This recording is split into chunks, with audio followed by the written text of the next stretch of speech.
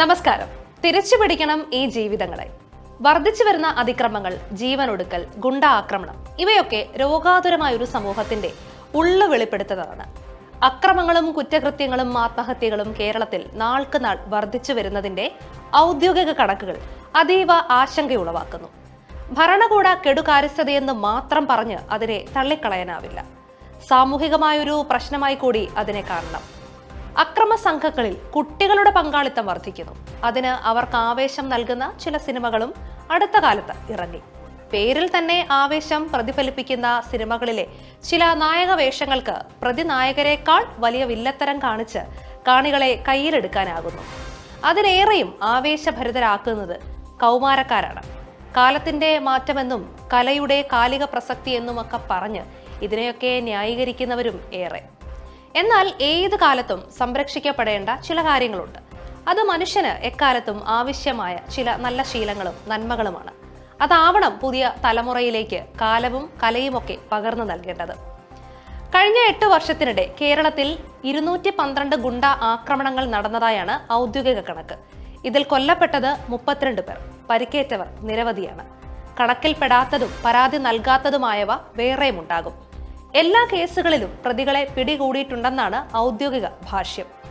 കാപ്പ ചുമത്തി ഗുണ്ടകളെ നാടുകടത്തുന്ന വാർത്തകളും വരാറുണ്ട്. ഇവരെല്ലാം തിരിച്ചെത്തി പൂർവാധികം ആവേശത്തോടെ പഴയ പണി തുടരുകയും ചെയ്യുന്നു. പ്രായപൂർത്തിയാകാത്ത കുട്ടികൾ കൂടുതലായി ക്രിമിനൽ സംഘങ്ങളിലേക്ക് കടന്നുവരുന്നു എന്നത് വളരെ ഗൗരവത്തോടെ കാണേണ്ടതുണ്ട്. അത് പോലീസിന്റെ മാത്രമല്ല, മാതാപിതാക്കളുടെയും അധ്യാപകരുടെയും സ്കൂൾ അധികൃതരുടെയും ഇടപെടൽ ആവശ്യമായ കാര്യമാണ്. തൃശൂർ തേക്കിൻകാട് മൈതാനത്ത് ഒരു ഗുണ്ടാ നേതാവ് സംഘടിപ്പിച്ച പിറന്നാൾ ആഘോഷത്തിന്റെ വാർത്ത വെറുമൊരു കൗതുക വാർത്തയായി കാണാനാവില്ല. ഗുണ്ടാ തലവന്റെ പേര് തന്നെ തീക്കാറ്റ് എന്ന് ചേർത്തുള്ളതാണ്.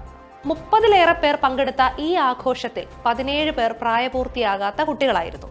ഇവരുടെ എല്ലാം രക്ഷകർത്താക്കളെ പോലീസ് സ്റ്റേഷനിൽ വിളിച്ചു വരുത്തി കുട്ടികളെ പറഞ്ഞയച്ചു. കൗമാരപ്രായക്കാരെ ഗുണ്ടാ സംഘത്തിലും കൊട്ടേഷൻ സംഘത്തിലുമൊക്കെ ഉൾപ്പെടുത്തുന്നത് കച്ചകെട്ടി ഇറങ്ങിയിരിക്കുന്ന ചിലരുണ്ട്. കുട്ടികളിൽ പലരും ഈ സംഘങ്ങളിൽ ചെന്ന് ചേരുന്നത് രക്ഷിതാക്കൾ അറിയുന്നുണ്ടാവില്ല. പണം കിട്ടാനുള്ള വഴി, അതിലൂടെ ആർഭാട ജീവിതത്തിനുള്ള സാഹചര്യം, ഇതൊക്കെയാവാം പ്രത്യാഘാതങ്ങളെ പറ്റി ആലോചിക്കാതെ എടുത്തു ചാടുന്ന കൗമാരക്കാരെ ആകർഷിക്കുന്നത്. അത് അവരുടെ ജീവിതത്തെ തന്നെ തകർക്കുമെന്ന കാര്യം തിരിച്ചറിഞ്ഞു വരുമ്പോഴേക്കും സമയം വൈകിയിട്ടുണ്ടാവും. ചില നഗരങ്ങളിൽ കൗമാരക്കാർ ഗുണ്ടാ സംഘങ്ങളിൽ ഉൾപ്പെടുത്താൻ പ്രത്യേക സ്ക്വാഡുകളുണ്ട്. അത്തരം സംഘങ്ങളുടെ കൊട്ടേഷൻ പണികൾക്ക് കൂടുതൽ ഡിമാൻഡ് ഉണ്ടാകും. സ്കൂൾ കുട്ടികളും കോളേജ് വിദ്യാർത്ഥികളും മുമ്പത്തേതിനേക്കാൾ വലിയ സ്വാതന്ത്ര്യവും സൗകര്യങ്ങളും അനുഭവിക്കുന്നുണ്ട്. വീട് വിട്ടാലും സ്കൂൾ വിട്ടാലും മാതാപിതാക്കൾക്കും അധ്യാപകർക്കുമൊക്കെ അവരുടെ കാര്യങ്ങളിൽ ഇടപെടാനുള്ള സാഹചര്യങ്ങൾ കുറഞ്ഞിട്ടുണ്ടാവും. പക്ഷേ വേണ്ടത്ര ജാഗ്രത പുലർത്തിയില്ലെങ്കിൽ കാര്യങ്ങൾ പിടിവിട്ടുപോകും. കുട്ടികളെ ശിക്ഷിക്കാനോ ശാസിക്കാൻ പോലുമോ അധ്യാപകർ ഭയപ്പെടുന്നൊരു സാഹചര്യമുണ്ട്. എന്നാൽ കുട്ടികളെ നിരന്തരം നിരീക്ഷിക്കുന്ന അധ്യാപകർക്ക് ചില ഇടപെടലുകളൊക്കെ സാധ്യമാവും. അനാവശ്യ നിയന്ത്രണങ്ങളും അതിരുവിട്ട സ്വാതന്ത്ര്യവും ഒഴിവാക്കാൻ മാതാപിതാക്കളും ശ്രദ്ധിക്കേണ്ടിയിരിക്കുന്നു. നവമാധ്യമങ്ങൾ കൗമാരക്കാരെയും യുവജനങ്ങളെയും ഏറെ സ്വാധീനിക്കുന്നുണ്ടെന്ന യാഥാർത്ഥ്യം നമ്മൾ തിരിച്ചറിയണം. അതൊന്നും ഒഴിവാക്കാനാവില്ല. പക്ഷേ വിവേകപൂർണമായ ഉപയോഗം സാധ്യമാകണം. അച്ചടക്കത്തിന്റെ ഇരുമ്പ് ദണ്ടുകളുടെ കാലം കഴിഞ്ഞെങ്കിലും ചില ചിട്ടകളും ക്രമങ്ങളും ജീവിതത്തിൽ ആവശ്യമാണെന്ന് വളരുന്ന തലമുറ മനസ്സിലാക്കണം. അതത്ര എളുപ്പമല്ല, എങ്കിലും അസാധ്യമെന്ന് കരുതരുത്. സ്വയം ജീവനെടുക്കുന്നവരുടെ എണ്ണം വർദ്ധിച്ചു വരുന്നതും കേരളത്തിന്റെ രോഗാതുരമായ സാമൂഹ്യ സാഹചര്യത്തിന്റെ മറ്റൊരു തെളിവാണ്. കേരളത്തിലെ 367 പോലീസ് സ്റ്റേഷനുകളുടെ പരിധിക്കുള്ളിൽ മാത്രം 5 വർഷത്തിനിടെ 36,190 പേർ ജീവനൊടുക്കിയെന്ന വിവരാവകാശ നിയമപ്രകാരം ലഭിച്ച കണക്ക് എത്രയോ ഗുരുതരമായൊരു സാഹചര്യമാണ് വെളിപ്പെടുത്തുന്നത്.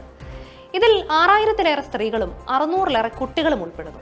കൂട്ട ആത്മഹത്യകളും കുറവല്ല.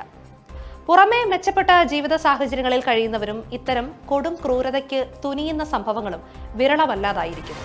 വിദ്യാസമ്പന്നരെന്നും ആധ്യാത്മിക കാര്യങ്ങളിൽ ഏറെ തൽപരരെന്നും കരുതുന്ന മലയാളികളിൽ ഉണ്ടായിരിക്കുന്ന ചില മാറ്റങ്ങൾ അവരുടെ വ്യക്തി ജീവിതത്തെ പരാജയമാക്കുമ്പോൾ രോഗഗ്രസ്തമായൊരു സാമൂഹ്യ സാഹചര്യമാണ് വിതയ്ക്കുന്നത്.